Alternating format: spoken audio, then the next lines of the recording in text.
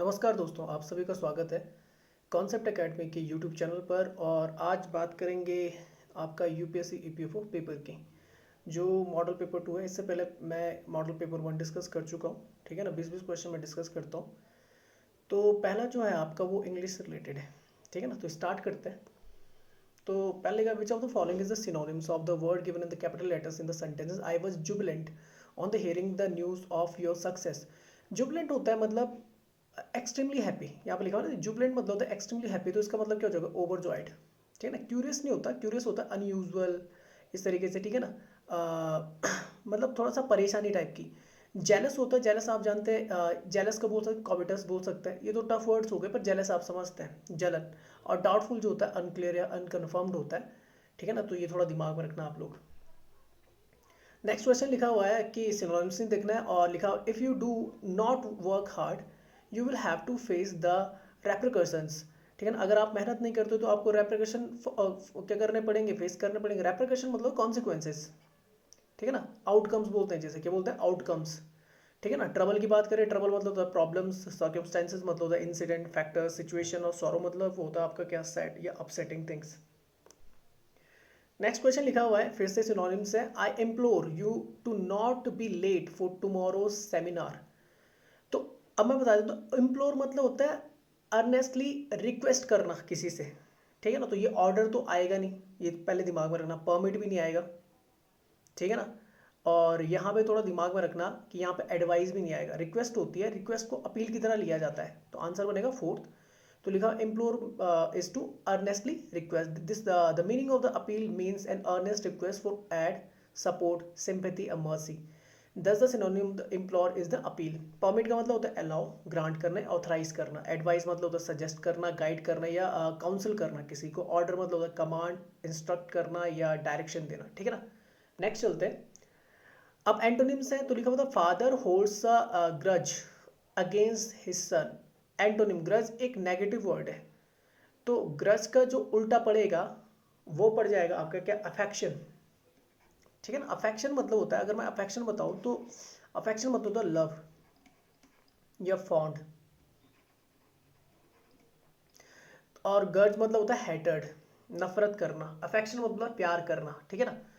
तो हैटर्ड, दूसरे बता दें, हैटर्ड लव या फॉन्डनेस होता है इसका एंटोनिम्स। प्राइड का होता है सेम, और डिस्टेंट का होता है इम्पेंडिंग या इमिनेंट। नेक्स्ट चलते हैं, एंटोनिमी है the businessman wore an immaculate suit. Immaculate मतलब साफ सुथरा। एंटोनिम क्या हो जाएगा इसका, एंटोनिम हो जाएगा टर्निस्ट। टर्निस्ट मतलब होता है आपका क्या, डर्टी, बेकार, ठीक है। तो इमेक्युलेट मतलब होता है स्पॉटलेस, और टर्निस्ट मतलब होता है डर्टी। बाकी ब्राइट का देख लें तो ब्राइट का डल होता है, डार्क होता है एंटोनिम्स, ठीक है ना। एक्सक्यूसाइड्स का आपका होता है क्रूड और रग्ड, और सॉम्बर्स का होता है चेयरफुल और हैप्पी। नेक्स्ट चलते हैं, लिखा हुआ है antonyms. I am extremely disappointed with your performance. तो एक डिसअपॉइंटमेंट का आपका जो एंटोनिम बनेगा प्लीज बन जाएगा, क्योंकि प्लीज मतलब होता है हैप्पी, ठीक है ना। तो आंसर ये बन जाएगा। बाकी देख लेते हैं, कंफ्यूज का जो होता है एंटोनिम क्लियर और ल्यूसिड होता है। सरप्राइज का होता है आपका प्रेडिक्टेबल और अनसरप्राइजिंग। और एनॉयड का मतलब होता है ग्रेटिफाई या कंटेंट। तो ये थोड़ा दिमाग में रखना। नेक्स्ट चलते हैं, तो देखना है कि grammatical error. The she was able to finish the work on time. हालांकि वो क्या कर सकती थी कि समय पर क्या कर सकती थी, काम को पूरा कर सकती थी। She couldn't do that out in fair. Out in fair कभी भी नहीं आता, आउट ऑफ फेयर होता है, वो भारी नहीं निकल पाई। तो आउट इन फेयर नहीं होगा, यहाँ पे आ जाएगा आउट ऑफ फेयर। यहाँ पे गलती है, ठीक है ना। तो ये थोड़ा दिमाग में रखना आप लोग।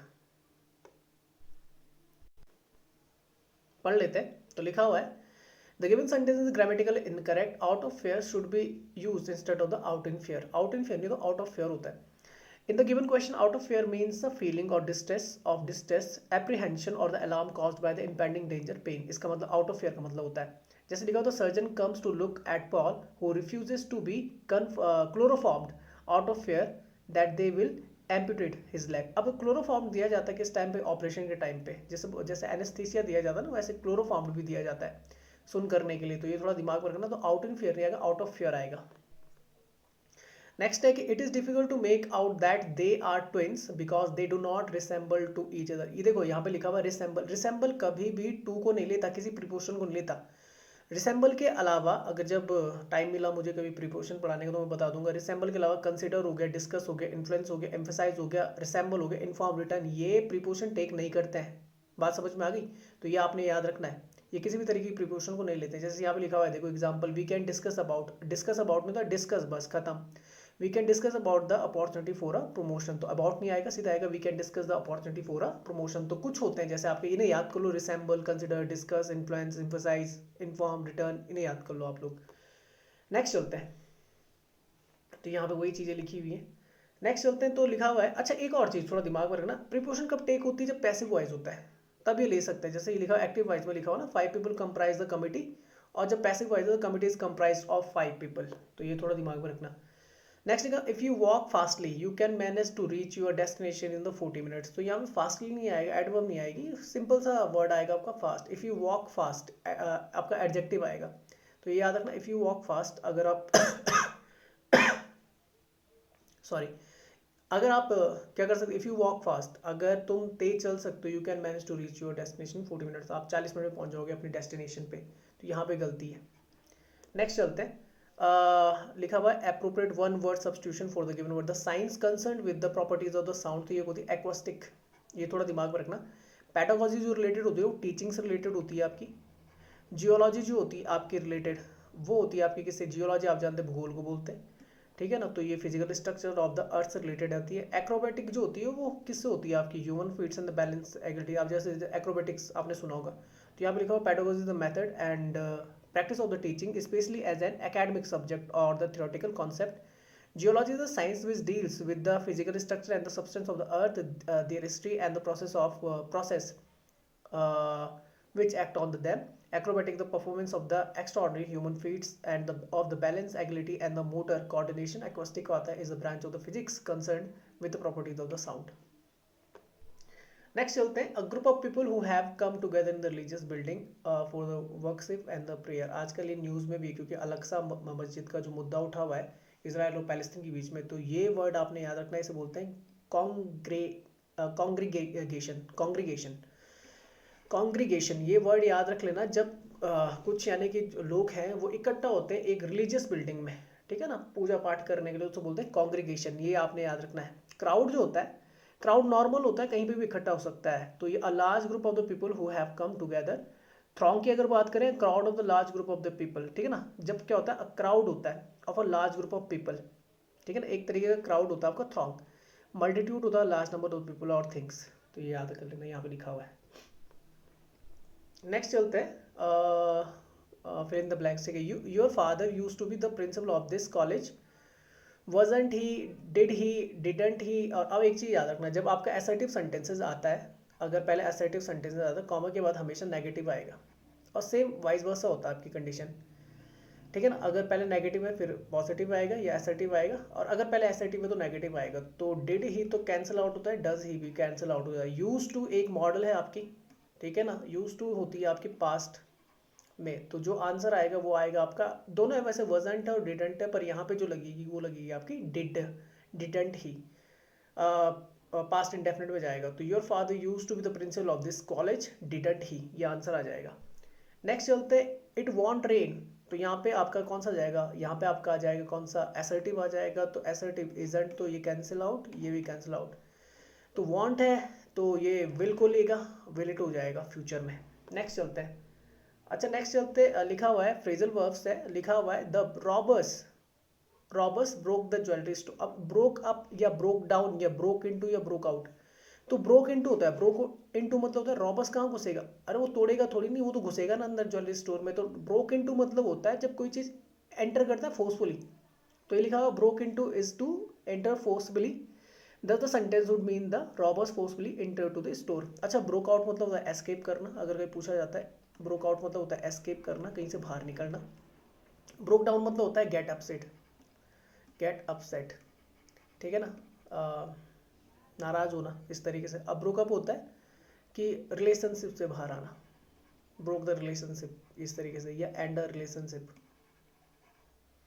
चलो नेक्स्ट चलते हैं, नेक्स्ट है the committee has call the meeting, तो ये हो जाता है कॉल ऑफ, ठीक है ना, या कॉल्ड ऑफ आ जाएगा यहाँ पे, मीटिंग बुलाई गई, या जो आपका आ जाएगा कॉल्ड ऑफ का मतलब होता है कैंसिल करना, ठीक है ना। तो the committee has called off मतलब होता है कैंसिल करना, ठीक है ना। कॉल्ड ऑफ लिख लो, कैंसिल, मैं बुलाया बोल रहा हूँ, कैंसिल होता है, ठीक है ना।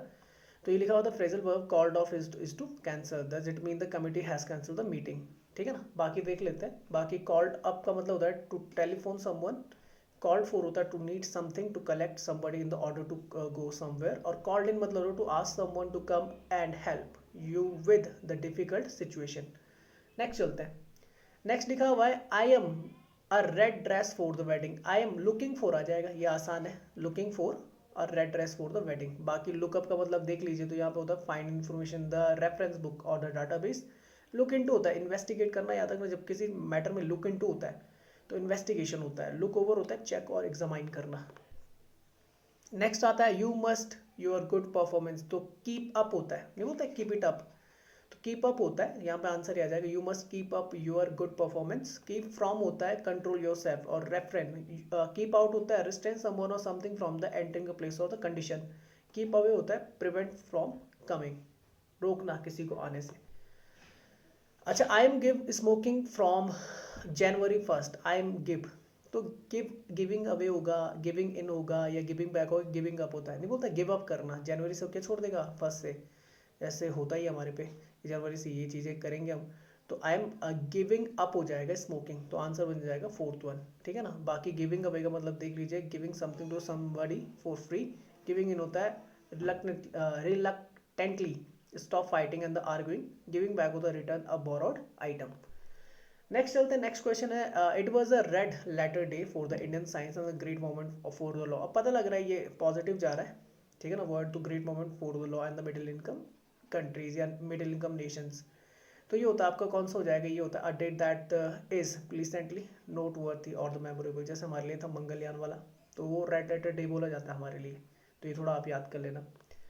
नेक्स्ट चलते हैं the government is at 6s and 7s। जैसा आपको कोविड पैंडेमिक के टाइम पे हो रखा है, इस टाइम पे सेकंड वेव जब से आई है, तो गवर्नमेंट को आइडिया नहीं पड़ रहा क्या करना था शुरुआत में, ठीक है ना। पिछली बार क्या दे दिया, सबने सोचा कि बोल के गया कोरोना, पर फिर से आया और इस बार और तगड़ा है, ठीक है ना। तो उसी से बोल सकते हैं इन्फ्लुएंस्ड है ये पूरा आपका sentence. The government is at 6s and 7s over the issue of the domestic security. तो ये होता है आपका कन्फ्यूजन और disorder, state of the confusion और डिसऑर्डर, मतलब गवर्नमेंट को पता नहीं चल रहा कि क्या करना है, कैसे होगा।